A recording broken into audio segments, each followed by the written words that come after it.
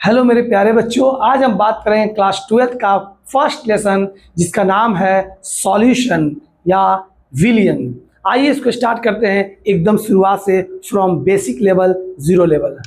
सबसे पहले हम बात करेंगे मिश्रण क्या होता है। आइए समझते हैं मिश्रण के बारे में। मिश्रण का मतलब होता है मिलावट। दो चीज़ को ले लीजिए, मिला लीजिए, उसी को कहेंगे मिश्रण। तीन चीज़ को मिला दीजिए, उसी को कहेंगे मिश्रण। हम मिश्रण दो तरह का होता है, एक होता है समांगी मिश्रण, समांगी मिश्रण, और दूसरा होता है बच्चों विसमांगी मिश्रण।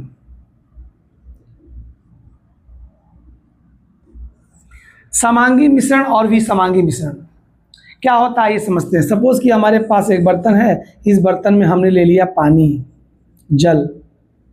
अब इस पानी के अंदर हम कुछ मिलाएंगे। चलिए चीनी ले लेते हैं। इस पानी के अंदर हमने चीनी मिलाया।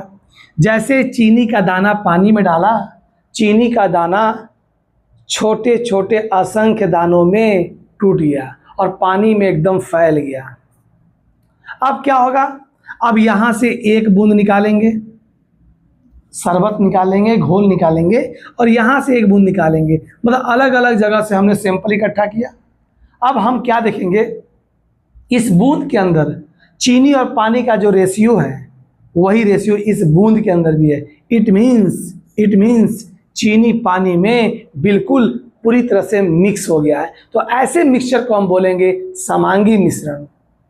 अब यहाँ आते हैं विसमांगी मिश्रण में। सपोज कि हमारे पास एक बर्तन है, इस बर्तन में हमने पानी ले लिया, जल ले लिया।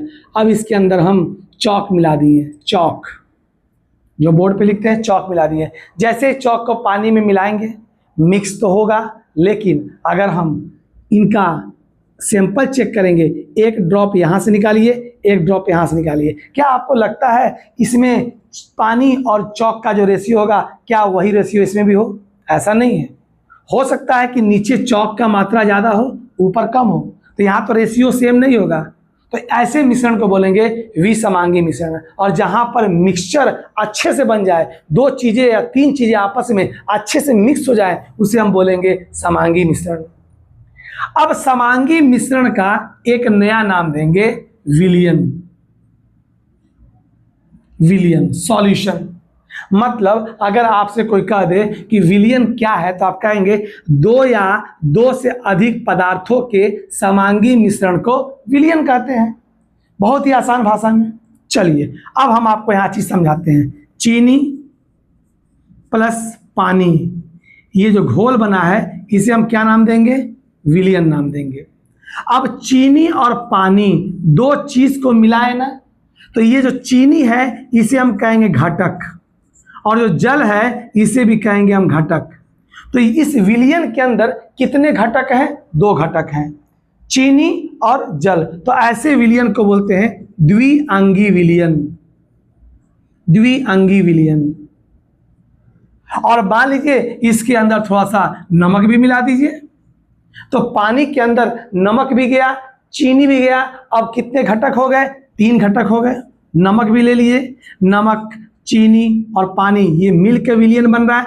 जल भी एक घटक, चीनी भी एक घटक, नमक भी एक घटक। तो इस विलियन में कितने घटक हो गए?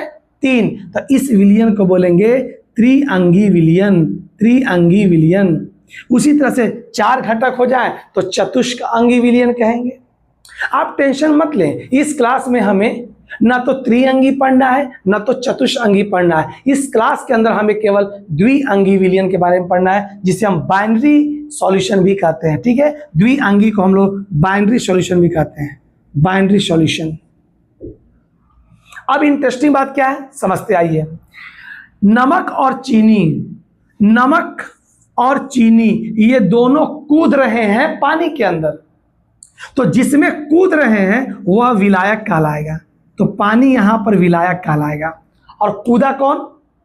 नमक और चीनी कूद गए, तो जो कूदा उसे हम कहेंगे विलेय। तो ये विलेय हो गए। तो नमक भी विलेय, चीनी भी विलेय। किसमें विलीन हुआ? विलायक में विलीन हुआ, तो इसे हम कहेंगे विलायक।